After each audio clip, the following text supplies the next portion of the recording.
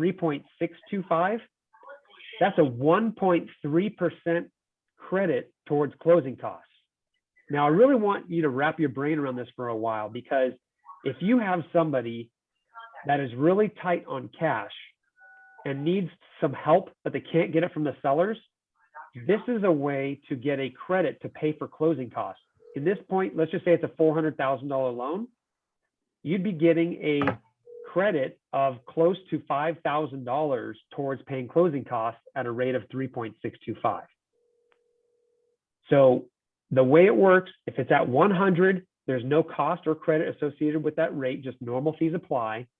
But as you go higher, the higher you get, the more money you get to pay closing costs. So at 3.75, that's 2% towards paying closing costs, which on a $400,000 home, our loan, that would be $8,000 to pay closing costs. So that could really help your buyers that are really tight on cash. Now, the inverse is there as well. If you wanted to get a rate of 2.875, which no longer exists at 0 points, you would have to make up the difference between this 97.86 and 100. So you'd be at 2.133 points to get that rate, which that's over 2%. So on a 400,000, that could be like $9,000 in discount points to get that rate. This is Elizabeth Gaynor. So that could be. If you guys are on the call, sorry, Sean, if you guys are on the call and not muted, can you mute yourselves? Sorry. No, that's okay. So that's kind of how interest rates work and how you can use them to benefit your buyer if they don't have all of the closing costs. Instead of asking for seller's concessions, you can bump the rate up. And that's exactly what the down payment assistance programs do. All they do is get you a higher rate and give you that money towards the down payment. So that's how those down payment assistance work. That's why the rates are all very high. So that's how the interest rates work. Any questions on that? And don't be shy. I'm going to unshare this for what closing costs can be used. What's that? So on the credit for closing costs, are there some costs that are allowable and some that are not? No, all closing costs can be paid for. You can't use it towards down payment, but all prepaids, all hard closing costs for escrow, title, appraisal, HOA transfer fees, everything can be absorbed by this credit towards closing costs. So it's not advantageous over the long term because you're with a higher rate, but short term, this could really help your buyers get into a home, especially those first-time home buyers that really need that money, but no seller is going to give seller concessions right now. We all know that. So this is a way to really capitalize on that. Or if you're doing a refinance and you're saving money, but you don't want to pay any closing costs, this can do the same thing. So that's how no cost refinances occur. You're not getting the lowest rate possible. You're getting a slightly higher rate that has that credit to pay for all your closing costs. Yes, Lars. Morning. If you were to take advantage of something like that, how long until you can refinance again on something like that? Great question. 6 months. That might be awesome for a lot of people. Yeah. Now with the first-time homebuyer programs, with the down payment assistance, you have to wait 3 years. So this could be something that temporary fix to help with down payment, out of money, out of pocket, to get into a home without having to ask the sellers, but without getting an astronomical rate that the down payment assistance programs do have. So just a great way, but this is behind the scenes, guys. If you ever wonder why in the internet you see rates that are 2%, get a rate of 2% today. We got it for you. Well, yeah, we can give that rate, but it's 8 points to get that rate. So what you see is basically lenders trying to get their phone to ring. And then once you get down to the brass tacks, you're talking a lot of money to get that rate. So I want you guys to understand when lenders say, what's your rate for the day? It really is ambiguous because it could be any rate. And what rate works best for you may not be something that works best for somebody else. As an example, if you guys have buyers especially those from California that are coming over here and they're going to buy a house now, get a loan on it, then pay it off in 6 months or a year once they sell their other properties or whatever it might be. We could get them a loan at 3.875 that pays for all of their closing costs.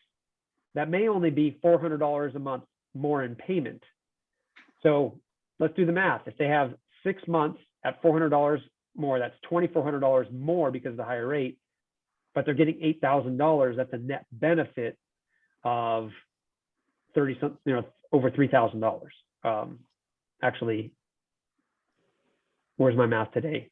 4,000 and change. So it does make sense in some circumstances to get a higher rate depending on the future goals of the buyer. So I wanted to make sure you guys understood how rates work and why you see such a huge disparity between all the different ads you hear on the radio, on the internet, because once you see the fine print, there's costs involved with that. So Now, just kind of give you, yeah. The interest, so really the interest rate would be where it's at 0 is really more of a true snapshot of what your interest rate would be. With 0 at the- points. Or the 0 points that I can't see this very well, but the one where you're not getting a credit and you're not paying. Yep. So that would be, in this circumstance, it's 3.37 Okay. would be a credit of 0.25. Now I could do a customized quote and get you a rate at exactly 100.00. And that rate would be up here, 3.338 would be a 0 points average. Now, just to brag a little, I'm going to show you what the average for online lenders is real fast. Mortgage News Daily. So 3.39 is the average. And what was ours? 338. 3.38. So we are just below the average for online lenders.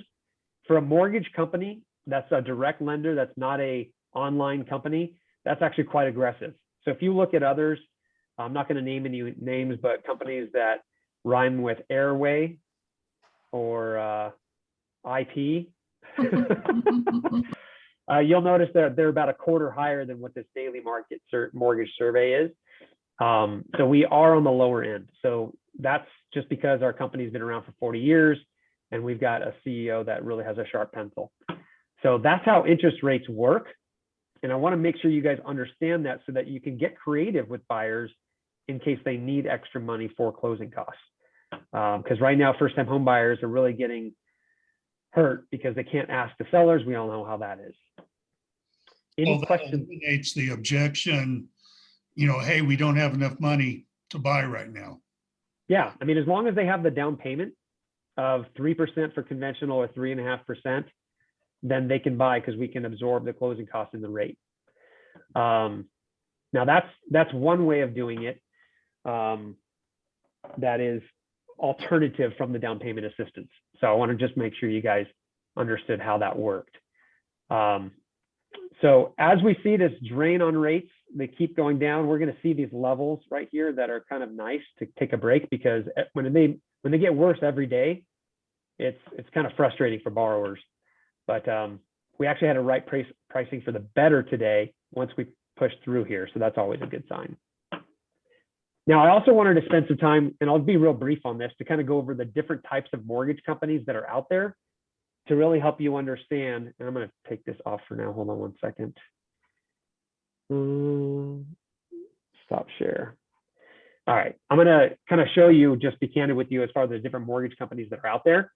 We are a mortgage banker. So all we do is mortgages, and we are a direct lender with all of the major institutions, Fannie Mae, Freddie Mac, and Ginnie Mae, which does the government loans.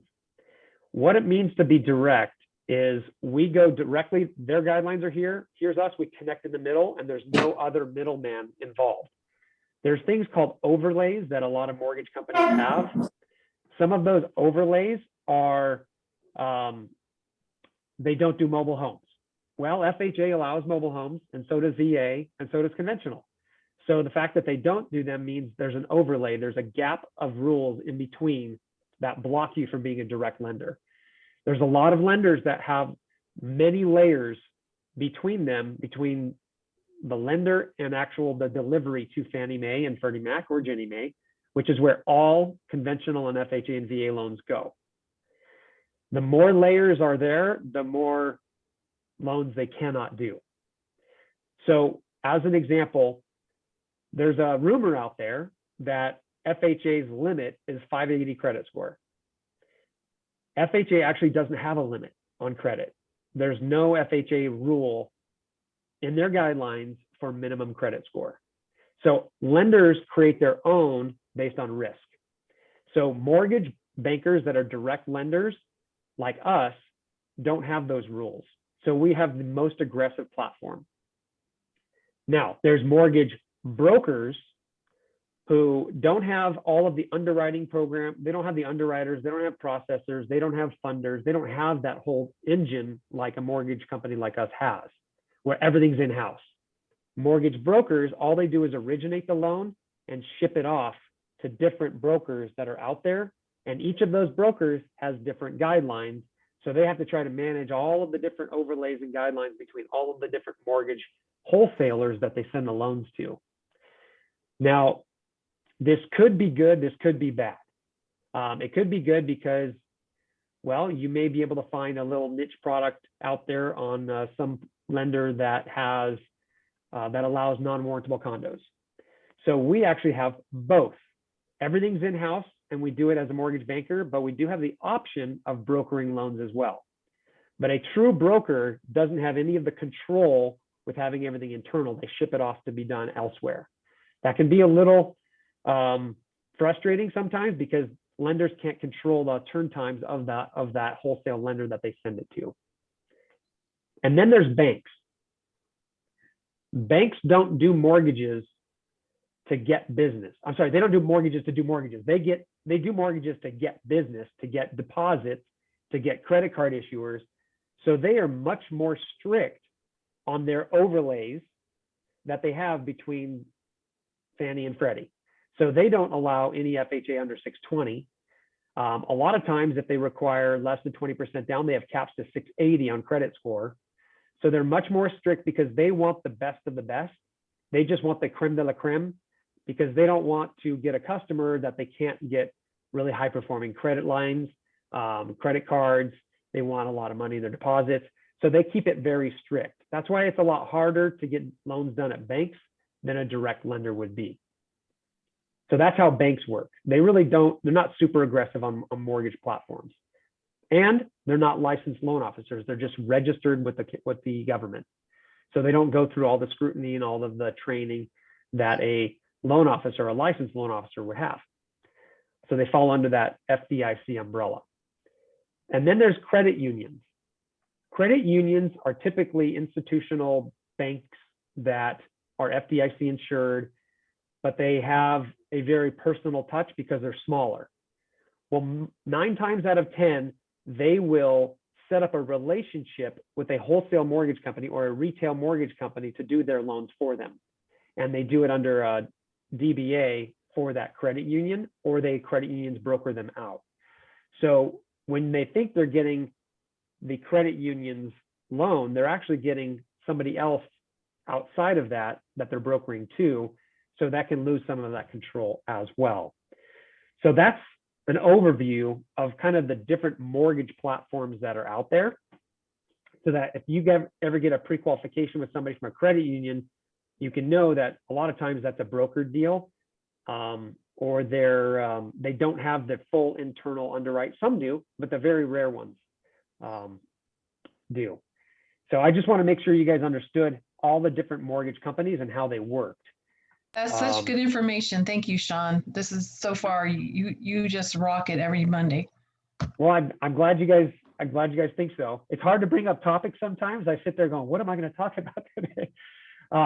But I just look at the past week and kind of what people are wondering and what's happening with the different offers they're getting. And guys, online lenders, I would steer clear from them. It's your paycheck on the line. So if you do have a pre-qualification from somebody and they're adamant about using an online lender, let me at least have that conversation with that buyer to make sure that they're set up for success, because a lot of times they just aren't educated online lenders are lead based and they just hope that they get leads every day. They're not beating the street. They haven't been in a long time where they have a book of business. So they make less, they're usually newer, and they just don't have the education behind them. So if you have a pre-qual and they're adamant about using it, I get it. You can get cheaper anywhere, but you can't get better at the same time. So let me help you with those if somebody is adamant about using those online lenders. Any questions? Now, brokers actually can work from home too. So When I keep get that in people mind. that want to use online lenders, I tell them, check their reviews and check their Better Business Bureau rate. Absolutely. Because Absolutely. I mean, there's a lot of lenders out there that are in-house with different real estate companies as well. Like Homey has their own real estate. They have their own mortgage. And you can get discounts, but you get what you pay for. And when your paycheck is on the line and your reputation is on the line, a bad lender can make your deal go sideways real quick. And it can make it what should be a really great experience where they can refer all their friends. It could turn that into a nightmare where they never want to talk to you, because unfortunately, as the real estate agent part of that transaction, you're the captain of the team. And regardless of who the team members are, if they mess it up for some reason, it always comes back to you guys. So just keep that in mind.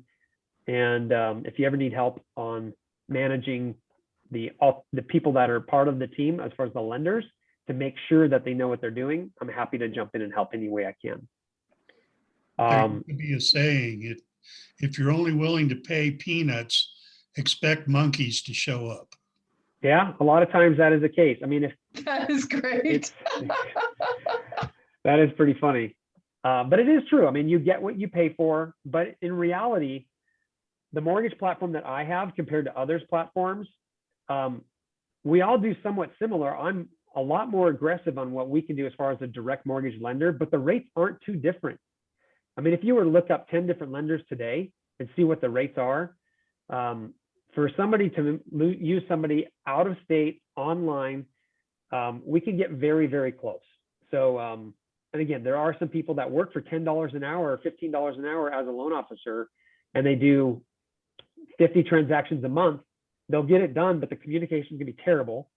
They're not going to give you LSUs at all, even if you beg for them. I mean, you get what you pay for, unfortunately, and the customers don't understand that. So just being that extra voice to kind of show them or make sure they do qualify, that's what I'm here for, guys. Now, Jenny Bell, you asked me to share a screenshot of this for you to share. Were we talking about the rates, or are you talking about the different mortgage companies and how that works?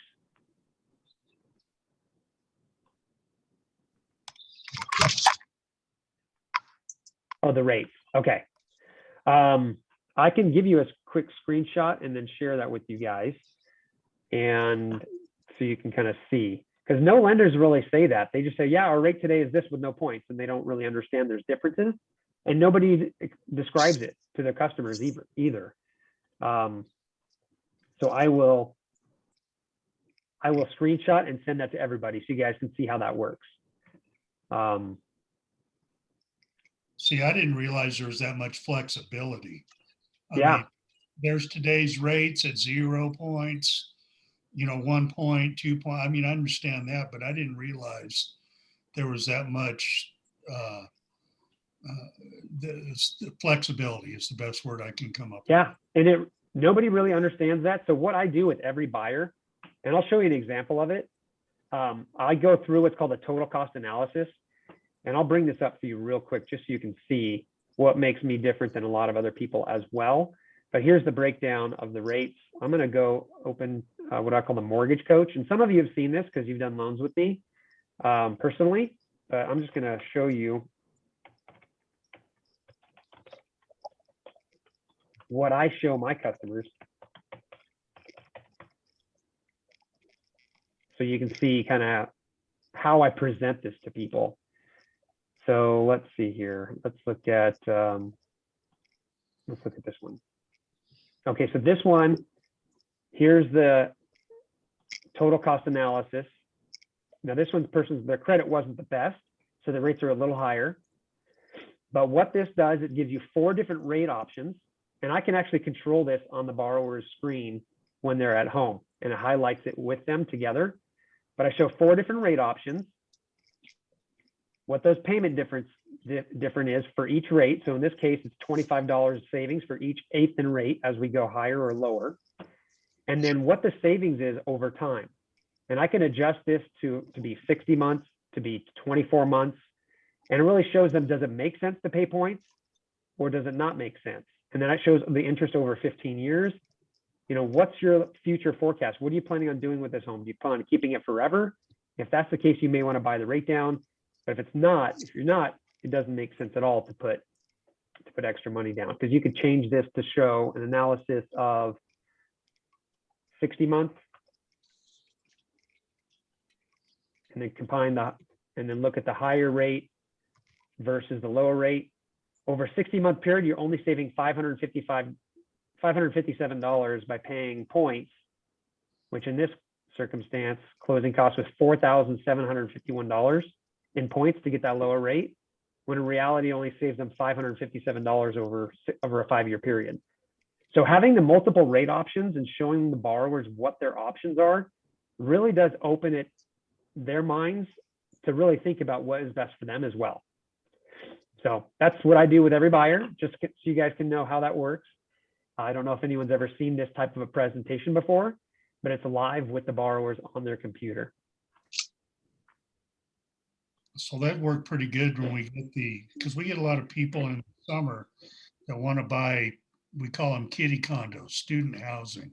Sure. Go to NAU, as opposed to putting them in an apartment or in a dorm.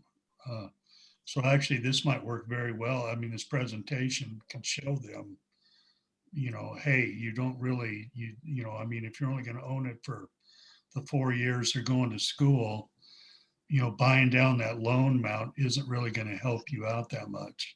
Exactly.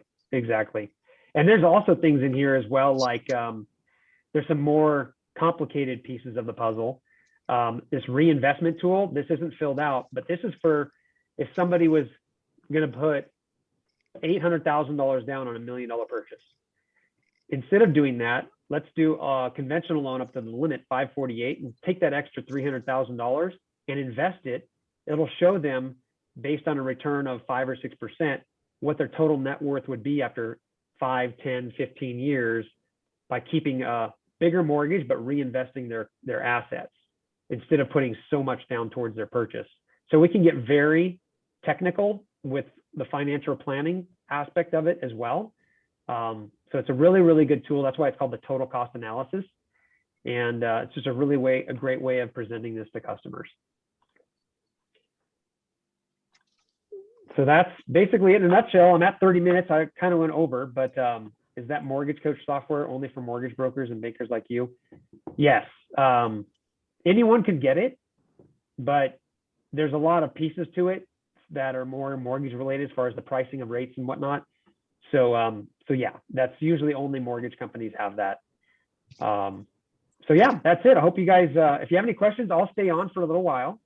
And rates are flat, getting a little bit better today. So that's always a good thing. So let's hope they hold for a while, because the trend is still rates are going up. So if we can have a longer period of time where they're not moving at all, that's always a benefit for us. So go get them, guys. Have a great week. And again, I'll stay on the call for just a little bit longer.